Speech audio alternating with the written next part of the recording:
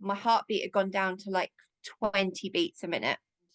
I just felt really calm, really peaceful, and I was looking beyond anything I could see. I can't remember having a concept of this is it. I'm going. Like, I'm going to see Grandad and Auntie Pat, and they're going to take me with them, or I'm going to go somewhere with them. What if I find out something that is really scary? Mhm. It's like the whole when I died and I blocked it out. What if that was because it was really terrifying? And like death in itself doesn't scare me. It's the idea that it is too scary to remember that scares Mm. me. Hi, I'm Ferg, and welcome to Scout in the Woods, a podcast which explores fringe experiences of reality, consciousness, and the nature of story. This is a show that hears directly from people who've encountered extraordinary and unexplained phenomena in their lives, as well as canvassing viewpoints from across the scientific and philosophical community in trying to make sense of these lived experiences. So there's a lot to follow, but this first episode, which we're releasing just before Halloween 2024, for sure falls into the bracket of what we might call the paranormal. And it's going to interest anyone who's intrigued by anomalous experiences of this ilk. But actually, and more to the point, I hope it's going to interest a lot of other folk besides. Because at its core, this project is not about spooking people out, telling tales, tall tales, extravagant claims.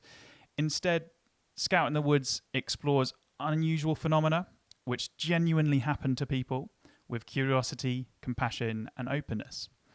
And in this sense, we want to reach listeners who wouldn't typically trust perhaps content that pops up on their feeds about, say, UFOs or UAPs, spiritual events, Reiki, mediumship, or otherworldly encounters and capacities. As well as welcome, of course, those who are already on some level compelled by these topics. For me personally, this is a conversation that everybody should be involved in. So it's a show just as much for people who swear by Ted Lasso as for those who feel swayed by, say, Richard Dawkins or Christopher Hitchens. It's for those who follow Anil Seth or Stephen Fry, and those who take in Rupert Sheldrake or the Joe Rogan Experience. And it's for Ridley Scott, Steven Spielberg, or Ken Loach enthusiasts, and everybody who winds down to Gogglebox on a Sunday evening.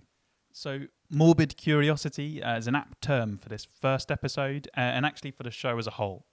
However, this grappling with the concept of death is only apt in as far as that difficulty for us to know what we are before or after we're alive. Whatever death, entropy, or impermanence is in our universe, for Muggins here anyway, this podcast host at least, death could perhaps represent an impossibility that is fundamentally responsible for our subjective experience, our consciousness in this place.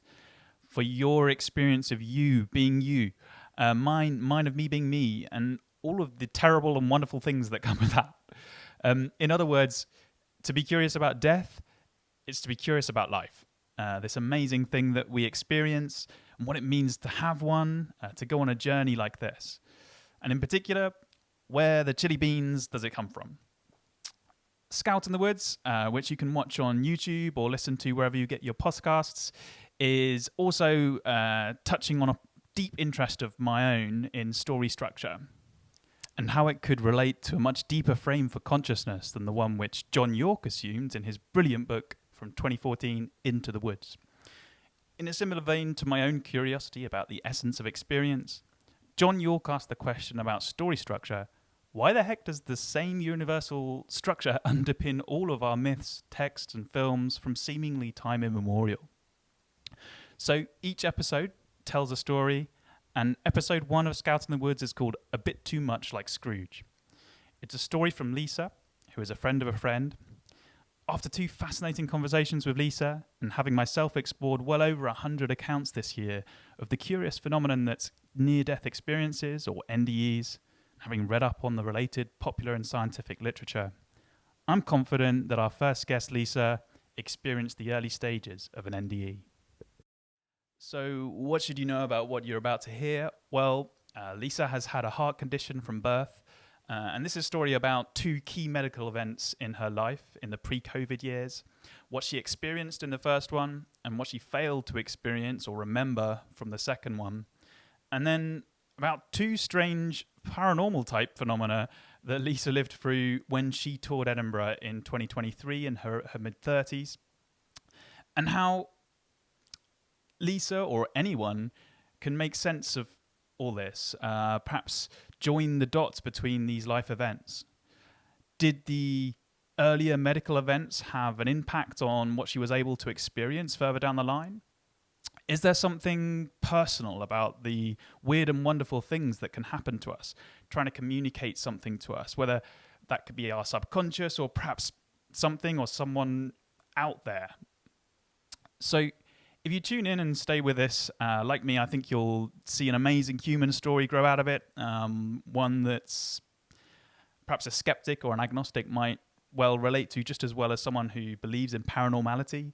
Ultimately, it's a story for all of us about how we come to terms with not just our mortality, but also the possibilities in life and what to do with our opportunities and how we come through the challenges it throws up. A big thanks also in advance to Jamie Korsteveen, a researcher and manager of City of the Dead tours in Edinburgh, who shared for this podcast some amazing indications of how Lisa's experiences could fit into a wider picture of reported paranormal incidents.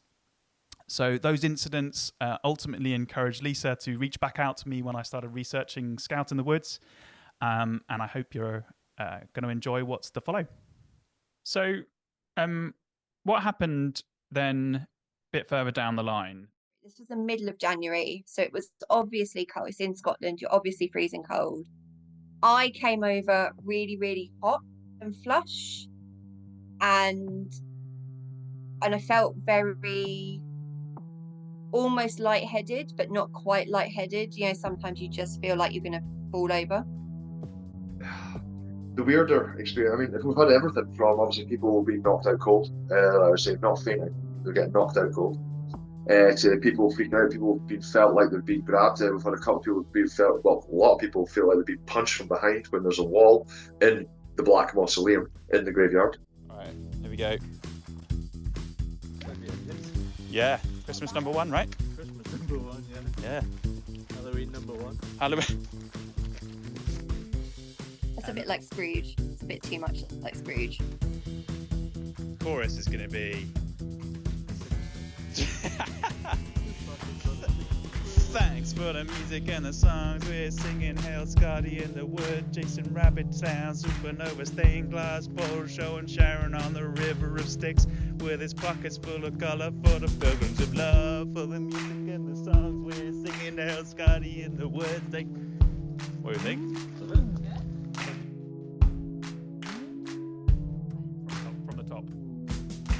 From the top. So like when I first had that weird, when I almost died in hospital and I was waiting to see my granddad and my auntie Pat. Okay, so that's probably the first ever weird thing like that that's ever happened to me. I'd had the surgery the day before, Right. or a couple of days before, and I was on the recovery ward. And I'd been out of bed that morning. I'd had really good recovery up till this point. And then my heart went into something called heart block. And it started dropping really quickly. I was not actively dying, but I was pretty close to the end. My heartbeat had gone down to like 20 beats a minute. And there were lots of nurses and doctors rushing around me, trying to stop me dying. And I just felt really calm, really peaceful. And I was looking beyond anything I could see. So like beyond like the beds, the curtains, all that sort of hospital stuff. And expecting to see my granddad and meet my auntie Pat. I was really excited to meet auntie Pat finally. She died before I was born, and excited to see my granddad. And I wasn't worried about the fact that I was gonna die. wasn't an issue, wasn't a thought. It was like, yeah, I get to see Auntie Pat and get to see my granddad again. And then obviously I didn't die. And I just sort of snapped out of it very quickly into like, oh my God, what's going on around me? Yeah, it should have been a really scary point for me. Mm-hmm. It was a And really scary point for my mum. I yeah, can only imagine. Did you you presumably hadn't been telling yourself before these surgeries, if anything does happen, you're going to be super calm and it's going to be cool. Just stay positive. Like, this was the sense of calm that came over you. Where did that come from? Like, I don't know. It was just like I was too ill to really know what was going on around me. And then I was just calm and looking forward to seeing my granddad and meeting Auntie Pat. And that's all I've sort of got from that one. But that's what I remember, is just being so excited to meet Auntie Pat and looking forward to seeing my granddad. Didn't really care about leaving the rest of the world. It was just sort of happening to me. There wasn't anything, it wasn't like I suddenly went into this calm space. It just sort of happened and everything was happening around me. And I think, like, logically, I was at a point of being too ill to really be fully aware. mm-hmm. And then that doctor said I probably scared myself out of it, but I wasn't scared as far as I'm concerned. Yeah, we weren't kicking back. It was, you know, you weren't desperate to come back, and No, but you never left your body or had no. anything beyond what you described there. Yeah. Okay, this is Ferg. I'm just going to jump in to mention that many elements of Lisa's experience during her heart block episode do connect strongly with key patterns in the NDE literature. So, running pretty counterintuitive to what we might expect people to experience if they're just about to die. And while not apparent in every case, common hallmarks of NDEs include not having any understanding that you're about to die or dying, a feeling of overwhelming love or of being home, of peace, joy, unity, being connected to everything. And then there's a kind of neutral attitude to staying in your earthly life, which a lot of experiences do have, and, well, at the very least, not feeling scared. Many people, in fact, report being angry and distressed, or being thrust back into their rational mind's eye. In the hospital, they might ask a nurse, what did they do with the spirit guide or the deceased relative that I was just intuitively communicating with? There's losing the concept of space and time in an NDE. And of course, we can actually all relate to this through something as everyday as dreams. For some of us, this very common experience might point to questions about the nature of consciousness in a much more mundane way than analysing NDEs. And of course, we don't remember even half of our dreams, a fact which you might think relevant as we hear more about Lisa's story. I've listed some other common effects of more developed near-death experiences in a blog post on the Scout in the Woods website. Other experiences can include watching your body from above, or purportedly even non-local awareness. So patients can later report what family members or others were doing, saying, or thinking elsewhere at the time, purportedly. Sometimes there's a life review, which you can experience all of the moments of your life at the same time, as far as we can understand that, and including perspectives from other people in those scenes from your life. And amazingly, a common trend from those life reviews that people report back is that even small acts of kindness had huge ripple effects.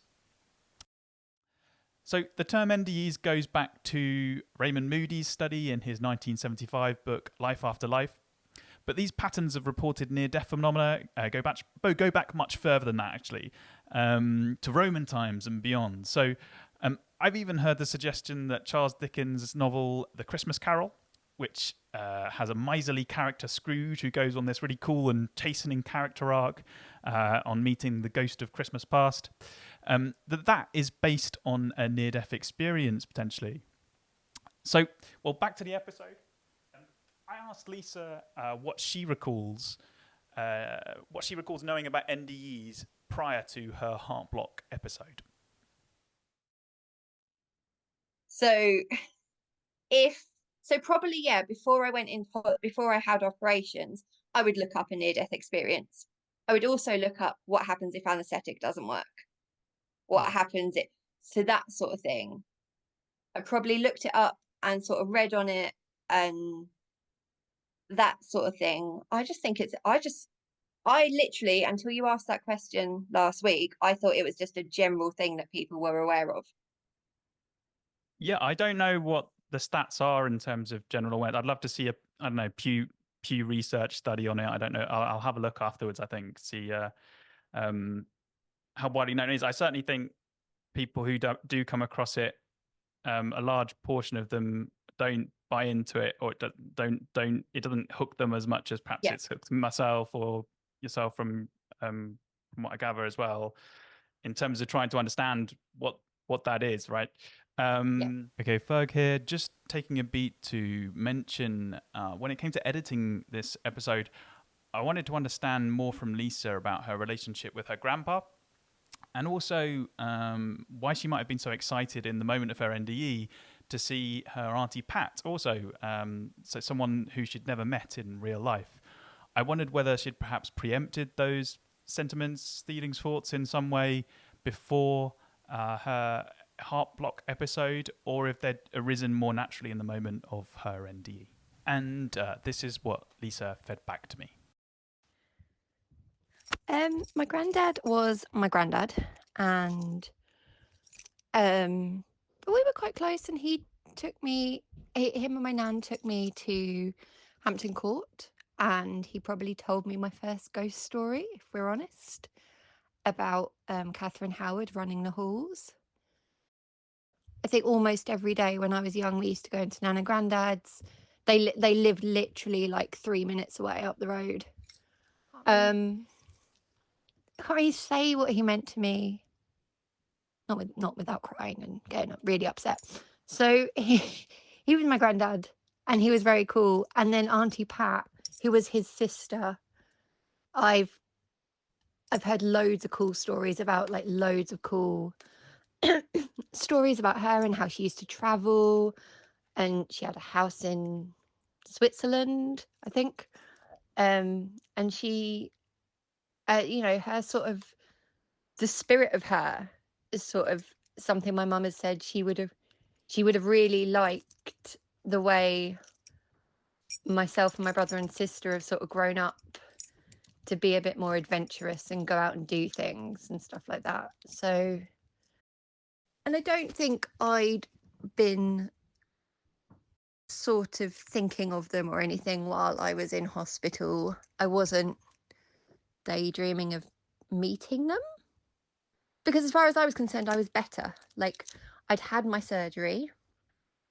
I'd recovered, I'd been out of bed, I was on the move, I was ready to, well, I'm always ready to go home from hospital, but I was pretty much like, I wasn't ill in bed until it happened, if that makes sense. Like, I was up, I was out of bed, and then I suddenly felt very, very tired. And then it sort of went on, and then I felt peaceful. And then I was looking out for Grandad and Auntie Pat. And then all of a sudden, I was back in the room. I can't remember having a concept of, this is it, I'm going. I've got no concept of how long it was. I'm kind of seeing like the hospital ward, and I'm looking like beyond anything, and that's all I've got, just looking out for them. And then bam, back in the room. Okay, so that's the first thing, and then do you want to just give a little bit of the history as to your personal battle with it? So I was born with a congenital heart condition, and I've had about 14 surgeries so far. So by that point, I'd probably had about 10 operations of various degrees. So open heart surgery, small surgeries, sort of through the neck and that sort of thing. And at that point, I'd had a small surgery that had gone a bit wrong. They had to take me in again. But all of my surgeries, I've gone in with the thought process of I just go in, the doctors do what they have to do, and I come out the other side. I've never worried about dying or anything, and it never crossed my mind that I was going to die in an operation or die after an operation until I nearly did. Okay, and then thereafter, it was a slightly different experience going in, a little bit more risk associated. Well, no, I would say no. Because since then I've had open heart surgery again. Mhm. And I think I just went in that with the thought of like not looking forward to it, obviously, but just sort of going in. I really trust my medical team. So I think I've just been like go in, he's going to do what he's got to do. My surgeon's going to do what he's got to do. And then I'm going to wake up, I'm going to feel awful, but then I'm going to get better. Mm-hmm, mm-hmm. I got a couple of questions. Maybe I'll ask both and then see where we go. But the first one, and again, if I'm prying too much, we can always cut stuff out. but just on a personal front, do you your condition how's it affected you in the way that you've lived your life, perhaps compared to people that at the age 5 didn't discover they had a condition? You know, how has that affected things generally? I don't think it's affected. It probably has really deeply affected me. And if I saw a therapist, they'd tell me everything that was wrong with me. But I think generally my parents have been really good at trying to keep everything as normal as possible. I've got younger siblings, so it's always been just try and keep everything as normal as possible. And if there's something that I physically can't do or I don't feel like I can do it, I just don't do it. It's been really sort of a good upbringing. I've not been coddled or coddled. Is that the word? Cuddled? Mollycoddled? Mollycoddled. That's it.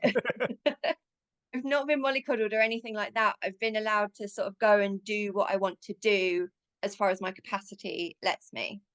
Mm-hmm, mm-hmm. So it's not been. I don't think it's been too different. It probably has.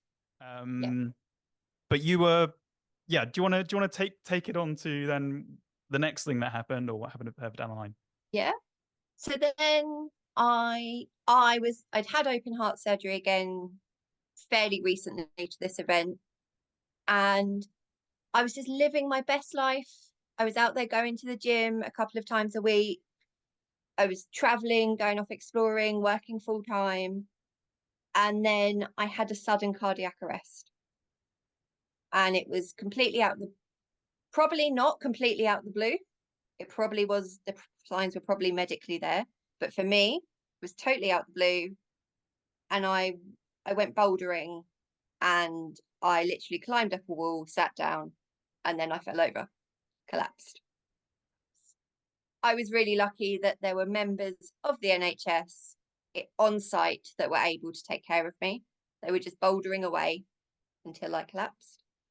And they were able to give me sort of almost instant as you can get CPR until they could find a defibrillator and things. But I don't remember that day. I don't remember about a week before. And I don't remember a few weeks after properly. I know little bits of things that have happened. And I know a lot of what's been told to me. Mm-hmm. That's where I'm getting a lot of this from. Some people, like myself, don't remember anything of the event or before or after. It really sort of depends. And the only thing I can sort of think of and associate it with is how quickly that initial CPR and stuff is given. But then there'll be people who will turn around and say, I was given CPR straight away and I can't remember anything. So see again. So I haven't had any neurological tests done. When I woke up, once I regained the function to talk, and I was basically a functional body. I could get up, I could shower, I could do things for myself. They were like, "Oh, you're fine. Your memory might come back." Right. And at that That's as point, far as they passed you on to That's it. your memory doctor, the memory doctor that was your dad, I think, right? You Yeah, told me yeah, about his test, his definitive yes. test. He was told to do this by the nurses, and he had to pick 3 things that I wouldn't know off the top of my head. I generally wouldn't know them. I wouldn't say them. 3 things, and every so often just ask me what those 3 things were. So they were football clubs. And one was Everton, one was Liverpool, or it could have been Aston Villa. Actually, I don't know. Everton, Aston Villa, or Liverpool. He chose 2 of them, and he chose what I remember as Bromley FC. But you discovered last week Bromley FC does exist. And I remember my dad laughing at me and saying Bromley exists, Bromley FC doesn't exist. So it probably wasn't Bromley. There's something like Bromley. And that was a way to help my memory come back, apparently. That's what they told my dad to do in the hospital. Mm-hmm. That's what he did, and I still can't remember those 3 football clubs. I love it that we're dropping Bromley FC in there, though, and obviously gonna see whether we can. It's going to be the epicenter of this podcast. The folk listening in. Okay, Ferg here again. So just before we move on to the more paranormal type weird stuff that happened to Lisa just over a year ago, and football jokes aside, I figured it would be important to include here some more elements of that second, more traumatic hospitalization, which started in the climbing centre, which felt important for Lisa, both in our initial conversation and when we reconnected last week. Lisa hasn't typically loved talking about what exactly she went through during her heart attack, which of course she can't now remember and doesn't want to. I guess that's no surprise as well, not least given the aftermath of her critical condition has left her with significant challenges with her short and long-term memory. When I woke up from the medically induced coma, like 2 days later, I didn't know anything. Like, I knew who I was, but I thought I was in hospital in Brighton. I thought I was in hospital in London, and I could not. I called my mum. Apparently, I don't know this. This is what I was told. I called my mum, and I was crying because I didn't know why I was in hospital, where I was. Like, what I thought had happened was I was waking up from my open heart surgery when I was like 2 years before. Oh, that's so unsettling. So, yeah, it was horrible. Well, I assume it was horrible. I can't actually. It's because I can't remember not remembering stuff. It's hard to explain it. How was your memory before 31? Like outside of the 1 or 2 weeks before the incident, do you still have a good intact memory, or is it worse than it used to be? It's a lot worse than it used to be. I can't. Some days I can't remember anything, literally hardly anything about that. And then sometimes I can remember some bits. Mm-hmm. It's really patchy and it's really hard to explain. But like, it almost like it comes in waves. Like, so I might have a few days of being able to remember lots. And then there are some things that I just completely blank on. And then the next day I will not be able to remember your name. And I know that in like a couple of hours, I won't be able to remember anything. It's sort of on almost like a timer. Like if I do too much, I can't remember anything, if that makes sense. It's like if I'm at work and like I have customers that are like shouting at me or saying, why isn't this work? Why? My mind sort of goes blank and I can't remember anything. Whereas if the person comes up to me really calmly, then I can clearly remember what to do. And I hope that makes sense of my memory. Like, it really depends on the day and the time and what's going on as to how much I can remember. And some things I do remember really clearly. Like, there are certain things that I can remember really clearly. That thing in Edinburgh is definitely one of them. There are little bits of my life that I clearly remember, but there are also a lot of bits of my life that just merge into a big blur. So another thing about the second incident, critical condition that Lisa experienced from the heart attack episode was she, even though she doesn't want to remember anything about that day or those weeks, it irked her in other ways. The fact that it was an unpleasant experience to recall, compared with the previous episode where she'd had an NDE during her heart block. Now, on reflection of it, I can now say I was disappointed that I've got no recollection of a big light or seeing anyone I knew. I've got no recollection. It scares me a little bit because it kind of makes me think, what if it was so bad? There's such the horrors of what is next for us were so bad that I've blocked it out. That really scares me. So you got to that point of disappointment, and then you told me your assumptions then changed. Yeah. So I think before the cardiac arrest, but after the not near death thing, but when I almost died in hospital, I had this sort of, not excitement to die, that's not the correct term, and I wasn't looking forward to it, but I wasn't worried about it. I wasn't worried if I die, it's going to be great. I'm going to actually meet my granddad and I'm going to actually meet my Auntie Pat. And then obviously I did die and I got nothing.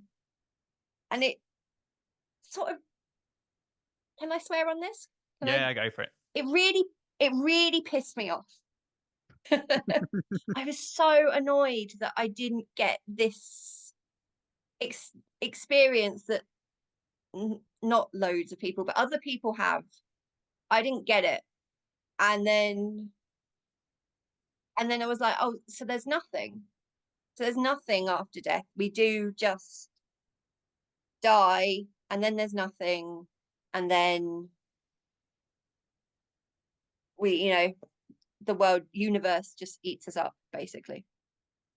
So, what happened then a bit further down the line that kind of reawakened your interest in this, or as a disgruntled atheist, would I say something like, or at least atheist agnostic, something in between the two? You then told me about some incidents that happened early 2023. Yeah. So then I went to Edinburgh. I'd been to Edinburgh loads of times before. I'd been on the ghost tours and that sort of thing before. I'd been in the vaults, and then I went round the graveyard on my own during the day. I saw this particular grave. I thought, oh, that's not nice. Came back on a ghost tour the same night, and the guy was there. He was explaining, this is Robert or George Mackenzie's grave. I don't know which Mackenzie it is. And he was explaining it all about what happened, about what he did. And this was January. This was the middle of January. So it was obviously cold. It's in Scotland. You're obviously freezing cold. I came over really, really hot and flush. And I felt very almost lightheaded, but not quite lightheaded. Sometimes you just feel like you're going to fall over. And I just generally didn't feel well. And then we walked away from the grave, round the other side of the church, and I was freezing again. And I'd do my coat up, put my hat and scarf back on, because it was genuinely cold. But it just weirded me out because the tour guide was saying all this stuff had happened and I was literally just experiencing it. And then he was saying, oh, some people get hot, some people faint, some people, some people get punched in the face, all that sort of thing. Punched in the face? And I felt some people have been punched in the face apparently by him. Eh? Some people, if you look up George or Robert Mackenzie, and I'm really sorry I can't remember his actual name, like there are loads of newspaper cuttings about people that have been punched, kicked round by this grave. And they're not 15-year-old boys who've gone in groups and who are giving No. each other's noogies and wedgies and round the corner punches. No. They're just these things happen there apparently. And I just felt really ill and really hot until we walked away from the grave. And then I told the tour guide and he was like, that's weird, but interesting. Okay, for this next clip, we hear from a guy called Jamie. Jamie now manages City of the Dead tours in Edinburgh. His company takes folk around the mausoleum, which houses the remains of a famous figure from Scotland's past, George Mackenzie. I'm going to pretty much let what Jamie shared speak for itself. However, I should just say, actually, I did speak to a staff member at a company which gives separate tours of the Edinburgh Vaults, and everything that lady shared very much backed up what Jamie told me about these strange incidents which were affecting tourists around these sites. So, just as a quick bit of background before I cue in Jamie, only 2 weeks ago, by complete coincidence, a show called Hauntings came out. This series covers the infamous Mackenzie poltergeist as part of a paranormal revival series for the BBC. In short, George Mackenzie was Lord Advocate of Scotland, and the mausoleum where he and hundreds of others were laid to rest was disturbed in 1998. That led to a spate of reported paranormal incidents for visitors to the site. These continue to the present day, and the original events created a furore in the media. There was this long-running news story which included the untimely death of an exorcist who had been called out to intervene and quell the harms that these tourists were experiencing. So, listening to Jamie, it's difficult not to speculate, at least, on whether Lisa's experiences could relate in some way to the strange occurrences at the mausoleum since its disturbance. There we go. Hey, Jamie, how you doing? So the weirder experience, I mean, if we've had everything from obviously people being knocked out cold, I would say not fainting, they're getting knocked out cold, to people freaking out, people being felt like they've been grabbed. We've had a couple of people being felt, well, a lot of people feel like they've been punched from behind when there's a wall in the Black Mausoleum in the graveyard. The scratches, the bite marks, that's as weird as it is to say that, that's kind of normal. That's a common occurrence, is the scratches. Again, it's one of these things, some people say that it's like a really hot burning sensation when it happens, but then others have said that it's a really cold stinging sensation. So I think people can't put the difference between really hot and really cold. It's the same thing, but it's either end of the spectrum. So I think we can put it down to the same sort of feeling. It's like a tingling, pins and needles, but extreme. But then again, there's people who don't feel a thing, and they don't know they've been scratched until later on, if they're in their hotel, or with their partner, or they're sitting down somewhere in the light, and then somebody sees something, oh, what's that on your neck? Suddenly there's three big scratches right down them. And, so that's the most common one, along with the knockouts. But again, yeah, people just not feeling right. We get a lot of people who just freak out, who just don't want to go into the mausoleum. They're quite happy to be locked in the Covenanters prison area, but generally, I mean, it's strange. It's a different feeling though. Lots of open air, and it's just a gate you go through. It is a totally different feeling in that prison area from the main graveyard, which is strange, which could go down to consciousness as well. Again, maybe that could be down to, people have read about it, whether it's true or not, and it is classed worldwide as one of the most haunted locations in the world, which, so it has got a different feeling, but is that subconscious, or is that something that you feel. Everybody says you go with your gut feeling. You know, if something's not right, your body will tell you that it's not right.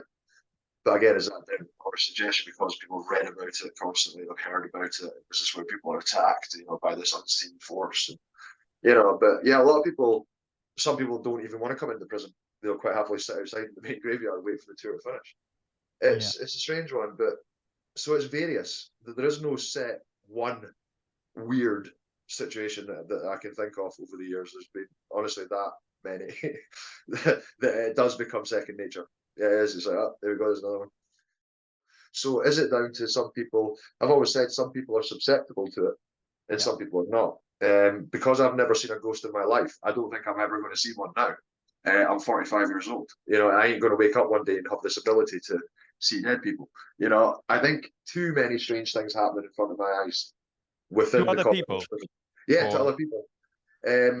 That I can't say that, and I know they're not lying. They're not making it up for, you know, for attention or for whatever reason they've got in themselves. You know, maybe it's something they do. We know what's real and what's not now. You know, but there is definitely, like I said yesterday, there's something in there, something. And what that is, we just don't have science available to us. But I do think it stems from childhood. When you're a child, obviously you're a blank canvas.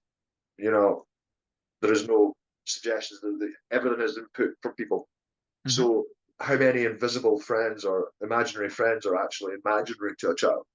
Just because we can't see them, it doesn't mean they don't exist. There's too many of these incidences where children are talking to people who we can't see, that there's too much information coming through.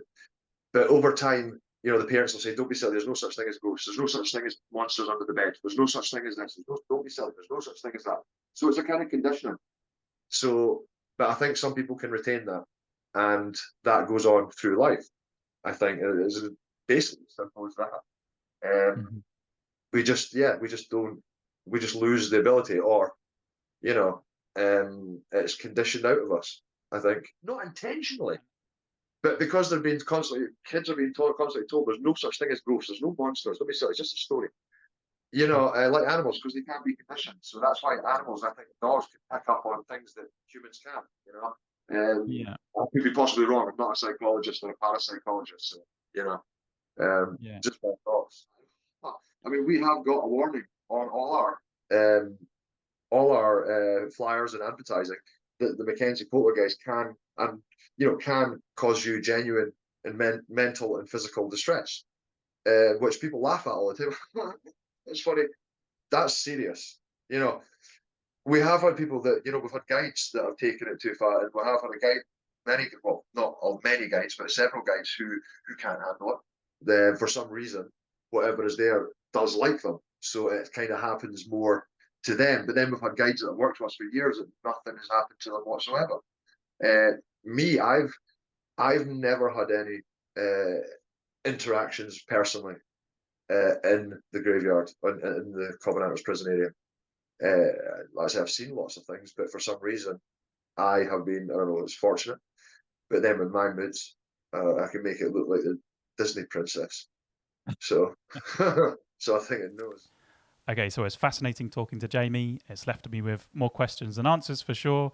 I promised to go and see the mausoleum next time I'm up in Edinburgh. I might be pushing my brother in first there as the canary in the mine, the scout in the woods for this one, because he's 100% skeptical. So less likely perhaps to experience anything paranormal, parapsychological. Having said that, he did have night terrors as a kid, so you know, he had that conditioned out of him, as Jamie was saying. But getting back to Lisa's story, I was keen to understand how she was making sense of her experience. And it didn't even stop there. So a couple of days later, she had a further experience in the Edinburgh Vaults, which, if anything, marked her even a little bit more and left her more perplexed afterwards. Did you feel ill later in the evening, or was it just momentary? No, it was just sort of for a few minutes while they were talking, while we were stood there. Sort of came on quite quickly when we got there. I was like, oh, I just feel really hot. Take my hat off. Still feel hot. Take my scarf off. I'm going to have to undo my coat, knowing that it's really cold, sort of really hot and sweaty. And then as it was as we walked away, as we got around the other corner of the church, I was like, oh my God, I need to put all this back on now because I'm really cold. It was just sort of those few minutes while he was talking and explaining what the ghost is, or whatever you want to call it, what the energy is, what the spirit is supposed to do. So it was almost related to the themes of his talk, his sort of about the ghost. like I wasn't feeling well, and he was saying, oh, some people faint, and I was sitting there like, oh, I feel faint. It wasn't happening after he said it.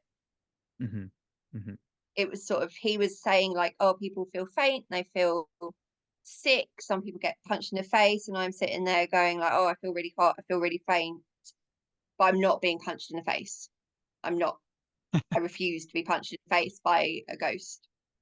And like, because I know you're for you the jury's out on this a little bit, and if anything, you lean more towards, from what I could gather last week, perhaps leaning a little bit more towards perhaps this was some kind of psychosomatic thing, but it happened. I don't know. Like, what? Yeah.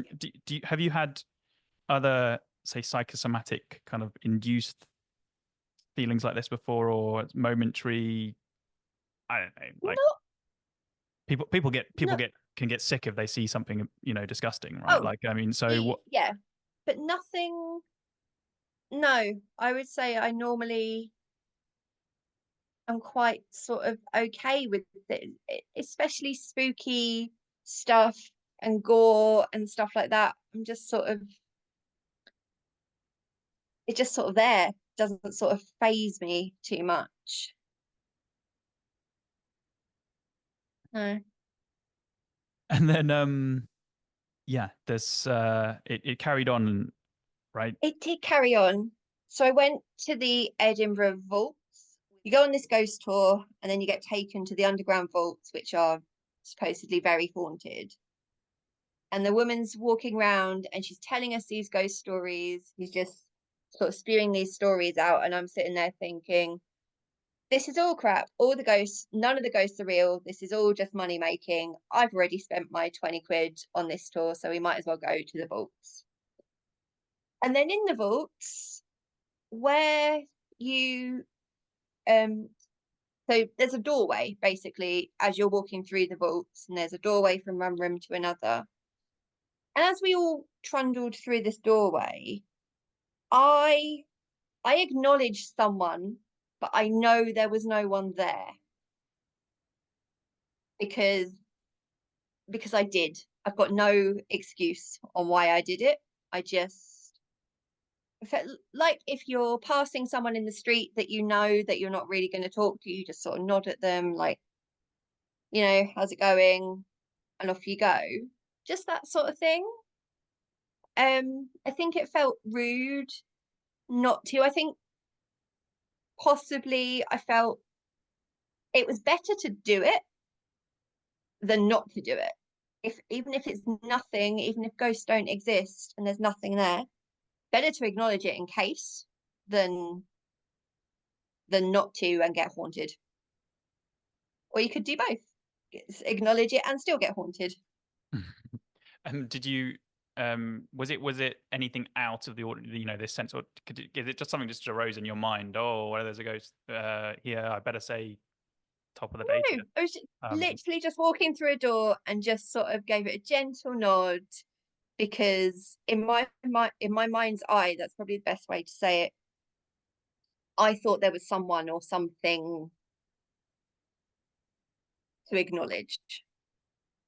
And can you describe that sense any more than there? Can't really describe it. It's just like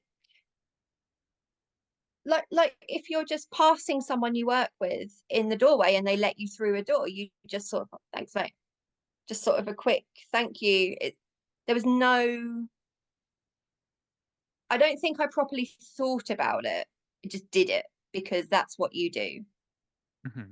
That's what you do. If someone's letting you through a door, you just say thank you, you just acknowledge them. And that's what I was doing. I just don't know if they were there or not. So, I mean, this alone probably wouldn't make, too many paranormal podcasts, let's say, right, in itself. But it did carry on a little bit. It did. So with Meerkat Tours, since the pandemic, they give you headphones with a Bluetooth speaker, and the tour guide is speaking into the microphone and you're hearing it through your headphones. So we were carrying on, and then my headphones started turning on and off. And I was like, I was like, oh, that's weird. Like, and I sort of did stop to check no one else's headphones are going on and off. And they weren't, and everyone sort of carried on. And I was like, look, I showed someone in the tour, I was like, my headphones keep turning on and off. The Bluetooth thing keeps going in and out. I didn't like it, but you're at the back end of a tour. I'm stood at the back of this tour. There's not a lot I can do at that point other than throw my headphones on the floor and say I'm leaving, which I'm not going to do, because at that point I was very much like, ghosts aren't real. This is all made up. This is coincidence. Someone said to me, oh, maybe the battery's not working.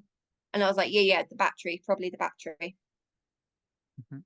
And then there's a room where Mr. Boots, I'm pretty sure it is, can't get you. He can't do anything. And we went in this room, and lo and behold, my headphones work again. It stops turning on and off. And then when we came back out the room, it started going on and off again. And I was like, I was telling people this isn't happening. It got back to the guide, and she made sure I was all right. I didn't want to leave. And we just carried on with the tour, and they just settled down. And then that was sort of it. There was a room that Mr. Boots can get people a bit easier. Maybe he's got stronger powers in this room or something. And I was very much like, I'm not going in there. And the tour guide was like, that's good. I don't want you to go in there. And then that was the end of the tour. Then we went upstairs. I checked the battery. What did you find out? Yeah, the battery was fine. It was like a fully charged battery, because I looked when I got upstairs and I thought, oh yeah, check the battery. And the battery was fully charged. So it wasn't a battery issue. And then I had to speak to someone there's like a desk where you like register your spooky goings on or something like that. And the person there just was like trying to reassure me that it was fine. Nothing was going home with me. Was I all right to like go back into public life? But yeah, just to make sure that I was okay and reestablish that nothing's leaving the vaults with me. And they seem fairly well versed in this kind of aftercare, right? Did you have a sense that the staff there really, were concerned that people would actually carry home an attachment, or were they perhaps doing their duty? What did you think? I think some people, if something were to happen to you down those vaults, I think some people would probably be frightened that something was attached to them, or they were taking something home that they didn't want with them. So I think they sort of say this stuff to you to reassure you. And I think they believe it, or they believe in something that's going on. Because I couldn't, and it might just be me, I don't think I could stand at a job and sincerely say to someone, are you okay? Nothing is going home with you. Here's the email address. Here's a phone number if you need to talk about this further. To someone, I couldn't look them in the eye and say that to someone if I knew it was all a scam and they just got a bit too scared.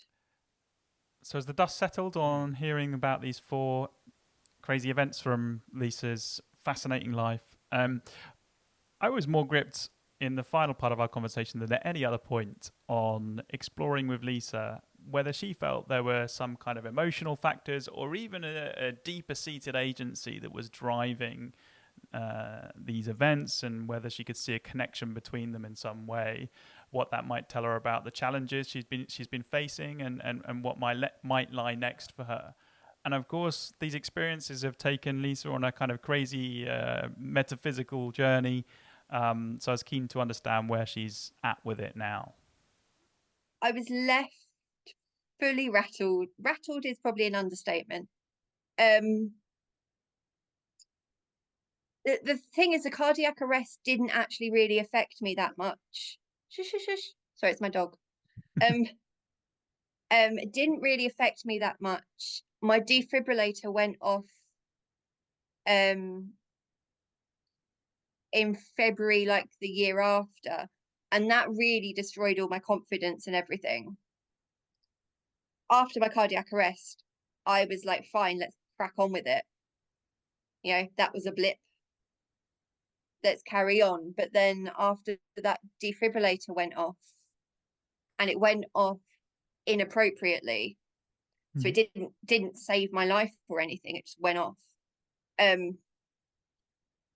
That pretty much destroyed any confidence in myself of getting myself back to where I was. It totally destroyed. And then following the pandemic and all that very quick succession, it just sort of left me a bit broken for a while.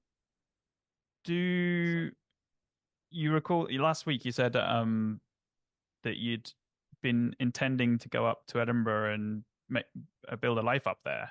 Yeah. Was that something that very nearly came about before your ICD failed on you? I was planning to go up there before my cardiac arrest. So my cardiac arrest went off in December, and I was planning to go up in February. So sort of I had all the budget. I budgeted. I planned everything. All I was going to do was hand in my notice and go and literally physically get myself to Scotland. Do you have an affiliation, an affinity for Edinburgh or links there? Because I know you've been back to the Mackenzie grave even since, right? And nothing happened. Yeah. You didn't get punched in the face or anything. No, no hot punched. flushes. Yeah. What's the affinity with Edinburgh and Scotland? I like Edinburgh. It's just a really nice city, and you're surrounded in history. Like everywhere you walk, there's a story to be told. And there's like everything has a history. Almost every building, there's some history there. And I was just like, to go and show people the Edinburgh that I fell in love with would be a great thing to do.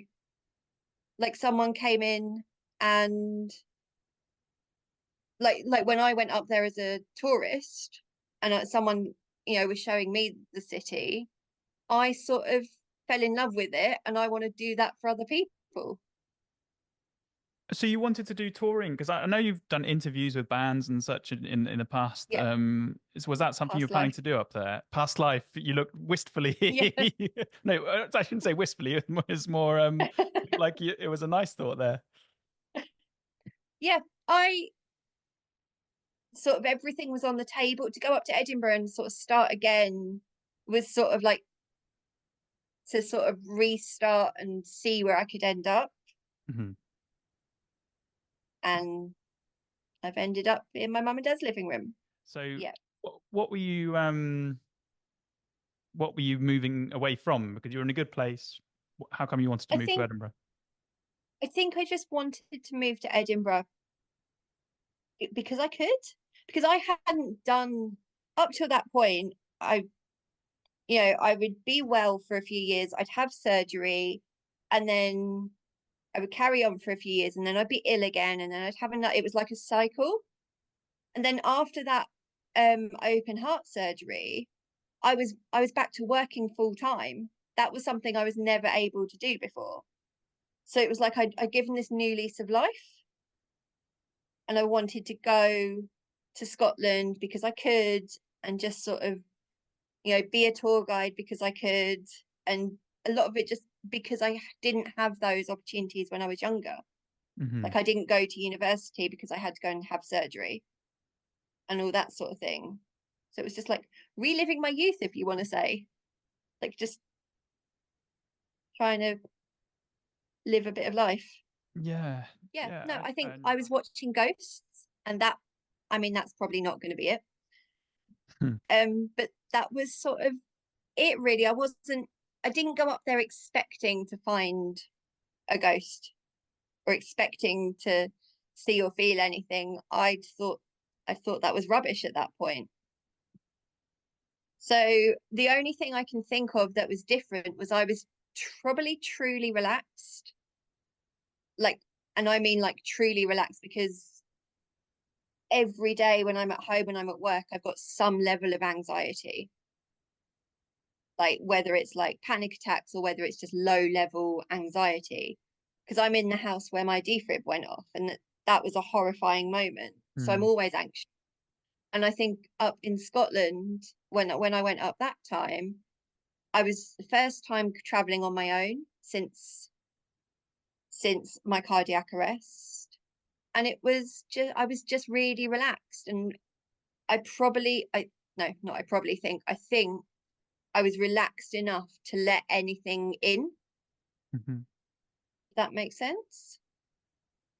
So that's your thinking on it now. So because there's a big difference between let in, isn't there, and then sort of being in some kind of a state where you trigger hot flushes, Yeah. or overthinking a battery situation. Do you know what I mean? What? But you're thinking now, perhaps maybe it was because you were quite relaxed and open that you might have experienced something else. So has your thinking moved on then? In the last couple of years, say last year and a half, towards being a little bit more questioning about definitely.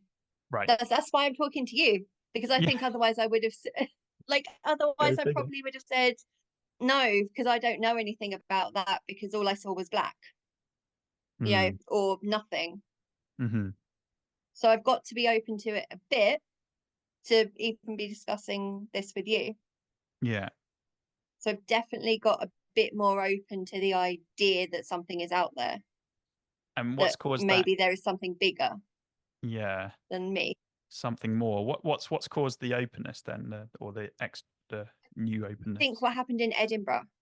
Okay. Caused me to sort of think. I think it might have been what happened in Edinburgh. What I was just telling you about. Sorry, yeah, no, I sorry. didn't mean like that. But I think what happened in Edinburgh sort of made me reassess maybe my place in the universe and what could happen, or yeah. Gotcha. Okay. Well, the thing is, my view is I have to get on with it.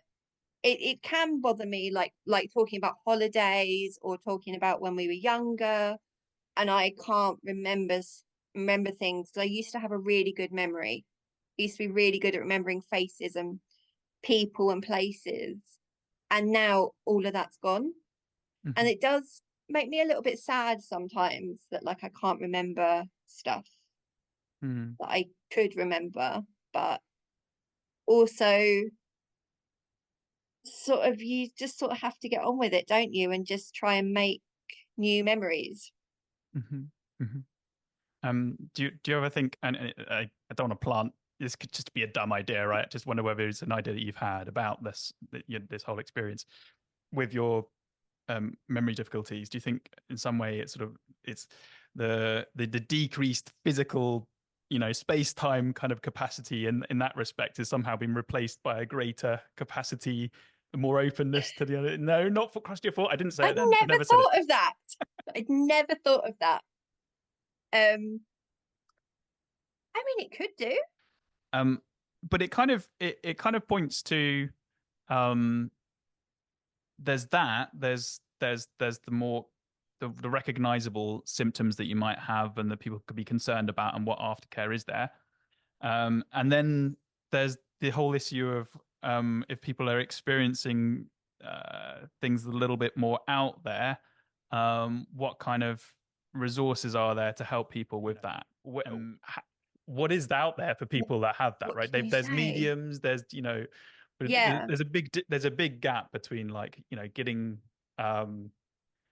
standard society therapeutic care, like saying I've got an evil spirit with me, he's right here, it's called Philip, to going to see a medium. Like it's just two completely different belief systems that Yeah. don't speak to each other in a way. I don't know what you would. I don't know, because I think for me, if it really was going to trouble me, I wouldn't be speaking to you. Mm. If I knew that long term this was gonna freak me out, I wouldn't speak to you. I mean, if you want to look at it spiritually, you could say that I didn't get to Edinburgh, and I was sort of like, I've been a bit lost since the cardiac arrest and that sort of thing. I've been a bit just sort of not quite sure what to do, where to go. And if you want to look at it spiritually, I think someone had to be looking out for me, because you don't generally die somewhere where there are NHS workers at hand to be able to save your life. That sort of thing. Coincidences don't generally happen for no reason. Mm-hmm. So then when I was up in Edinburgh, and I was a bit lost, both literally sometimes and spiritually, just a bit sort of didn't really have a thought about it.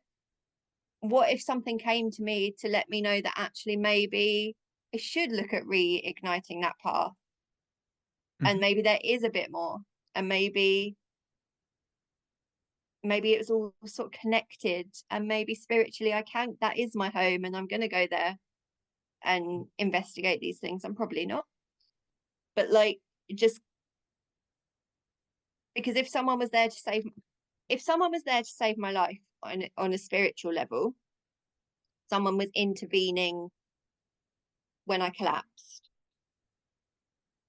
I don't think that person or being, or whatever you want to call it, is then going to say, oh, she's alive now, and then go off and do something else. Just firefighters, spiritual firefighters, on to the next thing. Yeah. I don't, if we have guardian angels, or however you want to look at it, they're not just going to save you from one thing and then let you crack on with it.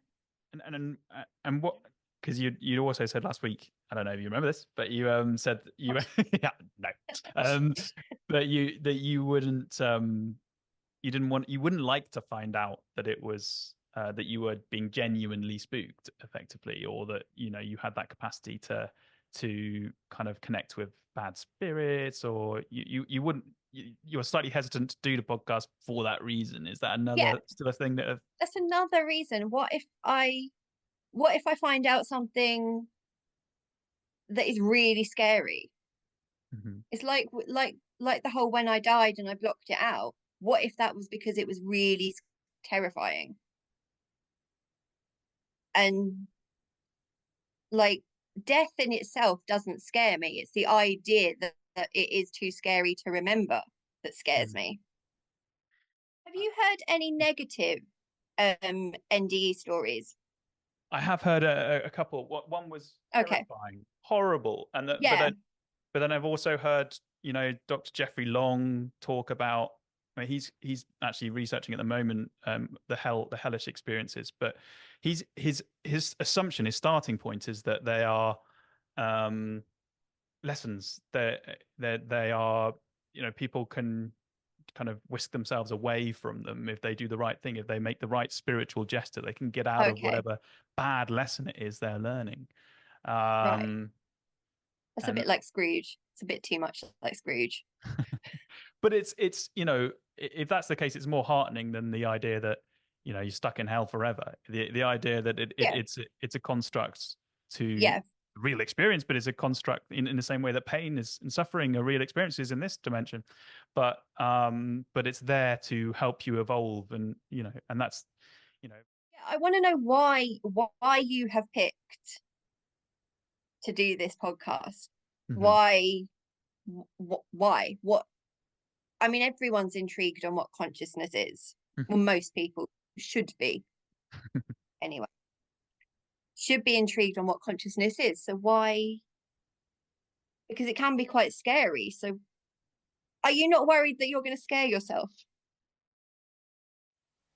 Okay, Lisa, thank you so much for taking part in this. I hope this first episode of Scout in the Woods does justice to your experience. And actually, literally just the day after I spoke to Lisa, she had a medical scare, which I'm really pleased to say turned out to be okay and not what she'd initially feared. She was out of touch for a little while before reaching back out just before I began editing this episode. Lisa, I was really happy to share some messages in the last week or so with you. So stay well, keep in touch. And then just a final few thoughts from me. Lisa, while very normal, also came across to me as an extraordinary person, probably from an extraordinary family. She's evidently coped really well with a congenital heart condition for her whole life, with a lot of poise and courage. And while compromised at times, I don't think she's ever really lost her spirit of adventure. So this also felt like a story that's fundamentally about belief, doubt, and faith, and how the anathema of life kind of push and pull with these curious persuasions. I guess all we can do is try and evolve through our personal challenges and make the most of our time here, never knowing what might happen next. Then, and I don't know how exactly, but I can't help but thinking there's something more for Lisa in Edinburgh, a place that she seems drawn to.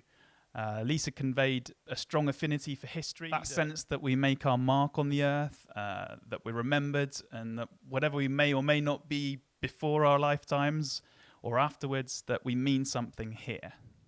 So for anybody interested in how story structure could relate to consciousness, I'll be plotting out the narrative within each episode of Scout in the Woods that I personally see fallibly, and popping out on the website, so look out for that. Lisa, I'm going to leave you with the final words to roll out to some very kind words you sent in a message. Otherwise, I'd like to thank Lisa and Jamie too for their contributions to this first episode. Enjoy your day, evening, night, etc. And thanks for listening to Scout in the Woods. That's a bit like Scrooge. It's a bit too much like Scrooge. Chorus is going to be... Thanks for the music and the songs. We're singing Hail Scotty in the Wood, Jason Rabbit sounds, Supernova stained glass. I adore the fact that Scout, your family dog, is... What do you think? He's going to live on in the name of this podcast. I think that is the most adorable thing I've ever heard. I honestly think it's lovely. So